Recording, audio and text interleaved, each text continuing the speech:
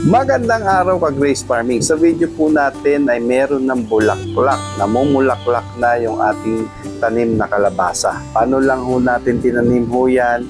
Nung bumili kami ng bunga ng kalabasa, kinuha lang namin yung buto at dyan ay hinagis lang namin doon sa lupang may moisture content na 30%.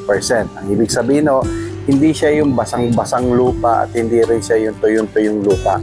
Mas gusto ho nila yung mamasa-masa lang siya at may mga halong mga tuyong dahon. Kaya yung tuyong dahon na ho yun, kung balak ninyo magtanim, i-cover up nyo lang doon sa kanyang lupa, no? At hayaan nyo lang doon. Maghagis lang kayo na maghagis ng mga matutuyong dahon. Huwag nyo susunugin yung dahon. Bawal na ho magsunog ng mga tuyong dahon.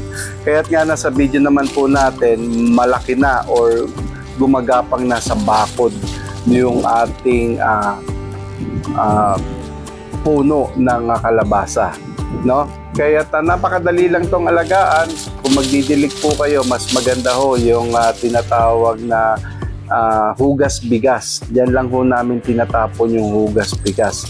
At the same time, ano yung pakipakinabang dito sa ating pagtatanim ng kalabasa?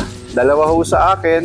Ang una po ay ginugulay po namin yan. Hinahalo po namin yan sa pinakbet. Hinahalo din ho namin yan sa mga sinabawang gulay. Yung may kahalong pritong isda, katulad ng dinengdeng, kulang lang. Kadalasan ho yan ay mga Ilocano po ang nakita ko po yan na hinahalo nila yan. At napakasarap. Ayan yung mga kanyang talbos. At the same time, yung mga malalaking dahon, ayan naman ay pinapakain natin sa ating mga alagang mga manok. At gusto nila yan kada nilalagay ho natin kasi nga po magtutuyo na yung mga dahon na hindi na nakakakuha ng nutrient, matutuyot na po siya. Pag alam ko po matutuyot na siya, binibigay ko sa mga ating mga alagang manok. Madami naman magdahon ho yan at malalapad.